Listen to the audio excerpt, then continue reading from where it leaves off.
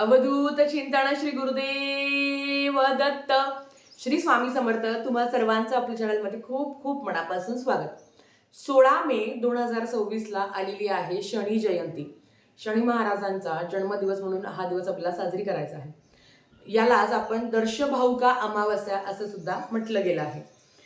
वैशाख महिन्याच्या अमावस्येला आपण शनी जयंती म्हणून साजरी करत असतो. आता ही शनी जयंती, आता शनी अमावस्या कधी लागते तर ती शनिवारीच पहाटे 5:22 लागते आणि शनिवारीच उत्तर रात्री म्हणजे शनिवारची रात्र होऊन सकाळ दुसरा दिवस जेव्हा सुरू होतं तेव्हाच रात्री उत्तर रात्री 1:31 संपते.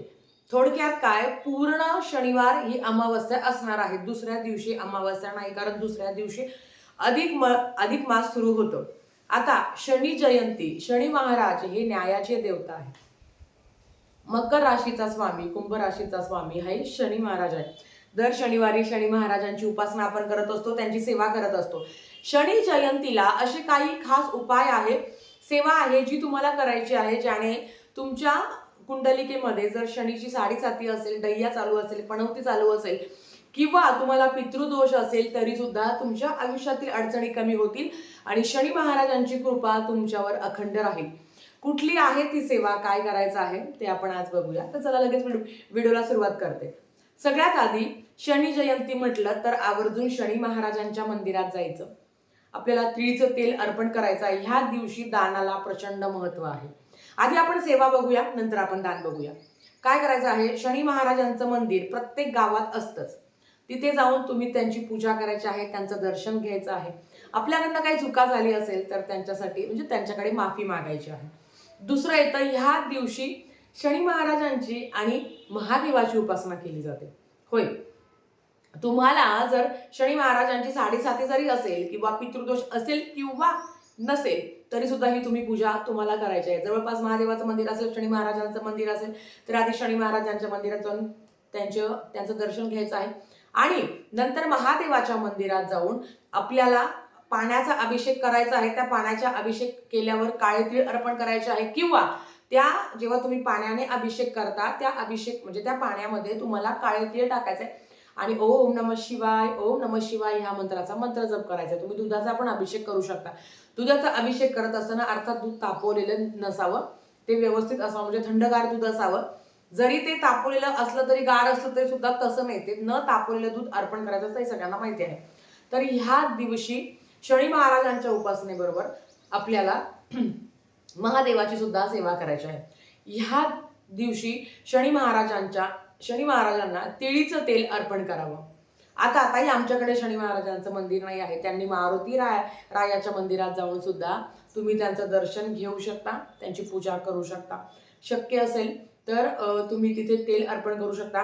आता सगळ्याच ठिकाणी महिलांना परमिशन नाही आहे मंदिरात जाऊन तेल अर्पण करायचे. जर तुमच्याकडे असेल आणि तुमची इच्छा असेल तर शनी महाराजांना तुम्ही तेल अर्पण करू शकता तिथे जाऊन, किंवा जो दिवा तिथे तेवत असतो त्या दिव्यात ते तेल टाकायचं की जेणेकरून त्यांना अर्पण केल्यासारखं होतं. त्याच्याबरोबर जर शनी महाराजांचं मंदिर नाही आहे तर मारुती रायाच्या मंदिरात जाऊन तुम्ही तिथे सुद्धा जो दिवा चालू असतो तिथे तेल अर्पण करावं. रुईच्या फुलांची माळ अर्पण करावी शनी महाराजांना, पण तुम्ही घेऊन जाऊ शकता.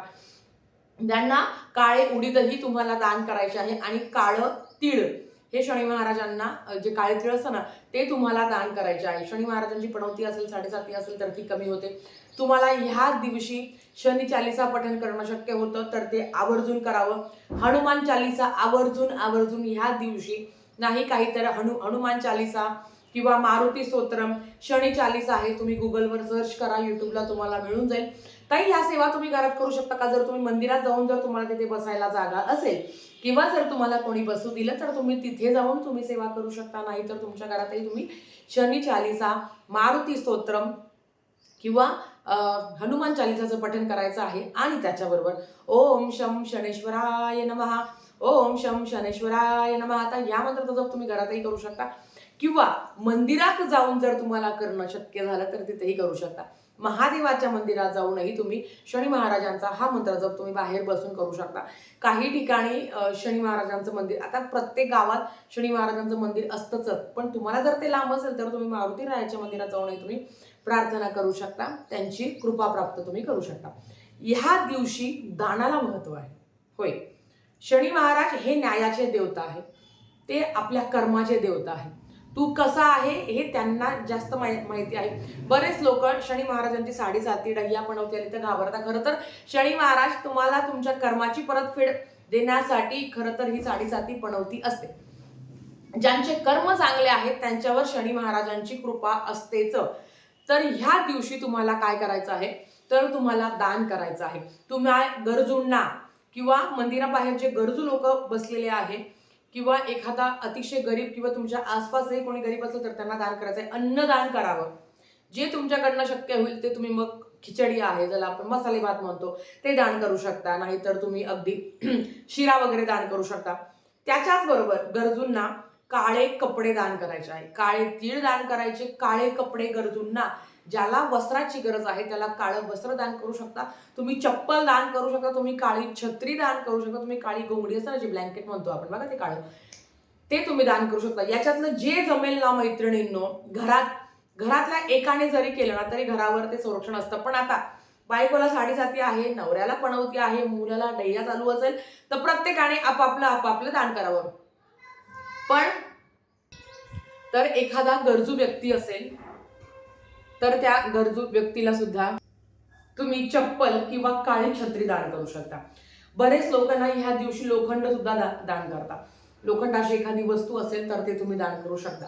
आता मी जसं तुम्हाला सांगितलं की एखाद्याच्या घरात कोणाला साडेसाती नाहीये, पणवती नाहीये, सगळं चांगलं आहे, मग अशांनी गरजूला आपण चप्पल किंवा छत्री एकाने दान करावं. पण एखाद्याला साडेसाती आहे, पणवती आहे, ढैया चालू आहे घरात, किंवा म्हणतो ना आपण की खूप अडचण आहे, प्रखर पितृदोष असेल तरी सुद्धा मग ह्या दिवशी तुम्ही कुठला तरी एक वस्तू तुम्ही दान करू शकता. तुम्हाला जसं जमेल तसं तुम्ही दान करू शकता.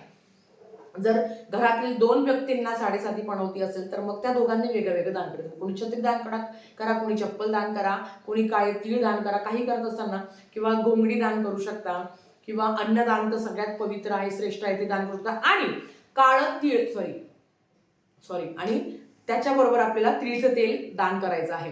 आता तुम्ही म्हणाल आता ताई तिळीचं तेल दान करायचं का, तर हो, तिळीच्याच तेलाला दानाचं म्हणजे तिळीच्याच तेलाचं दानाचं महत्व आहे.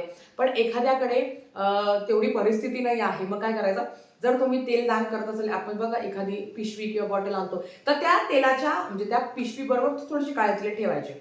म्हणजे आता समजा एखादी आपण पिशवी मिळते बघा तेलाची, कुठलं पण तेल असो, कुठल्या पण ब्रँडचं असो, मग त्याच्याबरोबर ना एखाद्या कागदामध्ये ना काळे तीळ त्याच्यात टाकून ते तुम्ही दान करू शकता. तिळीचंच तेल दान करायचं असतं. पण यथाशक्ती आपल्याकडे जर तेवढं बजेट नाही आहे किंवा नाही करू शकत आपण तिळीचं तेल दान एखाद्या गरजूला, एखाद्या बाईला, म्हणजे मग ते मंदिराबाहेर बसणारे असेल किंवा तुमच्याकडे गरजू कामाला येणाऱ्या ताई असेल ज्या तुम्हाला मदत करता, त्यांनाही तुम्ही दान करू शकता. किंवा मंदिराच्या बाहेरही तुम्हाला जर कोणी गरजू भेटला तर त्याला पण ती पिशवी तेलाचे दान करू शकता, किंवा जे तिळीचं तेल आहे ते पण तुम्ही दान करू शकता. आता सगळं तुमच्यावर आहे, कसं दान करायचं किंवा केव्हा दान करायचं, कुठे दान करायचं. मंदिराच्या बाहेर दिवसभरात तुम्ही कधी करू शकता. हनुमान चालीसा, मारुती स्तोत्रम किंवा शनी चालीसा किंवा ओम शम शनेश्वराय नमः या मंत्राचा जप तुम्ही दिवसभर कधीही करू शकता. मंदिरात करा किंवा घरात करा. अतिशय महत्वाचा हा दिवस आहे. ह्या दिवशी तुम्हाला जरी पणवती साडेसाती डह्या नसेल तरी सुद्धा तुम्ही शनी महाराजांची सेवा करा, पूजा करा आणि त्यांची कृपा आशीर्वाद प्राप्त करा. पण लक्षात ठेवा, ते न्यायाचे देवता आहे.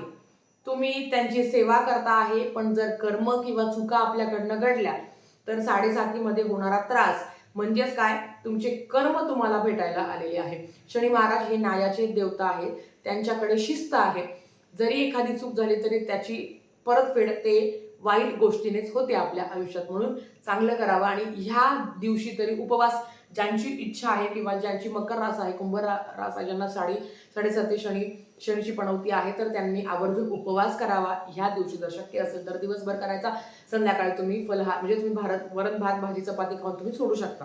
बऱ्याच लोकांना कायमचा शनिवार असतो तर त्यांचं ते होऊन जातं, पण ज्यांना नाही आहे तर त्यांनी करावं. आणि ह्या दिवशी चुकूनही मांसाहार खायचा नाही. ही जर चूक झाली, तेवढं केलेलं दान असते सगळं राहतं बाजूला आणि याचं कर्मफळ आपल्याला फार विचित्र प्रमाणात मिळतं. बऱ्याच घरात शनिवारी मांसाहार केला जातो म्हणून सांगते. कितीही काही झालं तरी शनी जयंतीच्या दिवशी मांसाहार करायचा नाही. लोक म्हणतील मग आता दुसऱ्या दिवशी अधिक मास लागतो, मग आज मला खाऊ दे. अजिबात नाही. ह्या दिवशी मांसाहार घरात शिजणार नाही, याची काळजी प्रत्येक स्त्रीने घ्यावी. आणि जास्तीत जास्त सेवा प्रत्येक घरातील व्यक्तीने शनी महाराजांच्या मंदिरात जाऊन त्यांचं दर्शन घ्यावं आणि त्यांचा कृपा आशीर्वाद आपल्यावर प्राप्त करून घ्यावा. तर आजच्यासाठी फक्त इतकं झालेली सेवा स्वामींच्या चरणी मी रुजू करते आणि आजचा व्हिडिओ इथेच थांबवते. आवडला असेल तर लाईक शेअर सबस्क्राईब करा. भेटूया परत अशाच एका नवीन व्हिडिओ सोबत. तोपर्यंत श्री स्वामी समर्थ.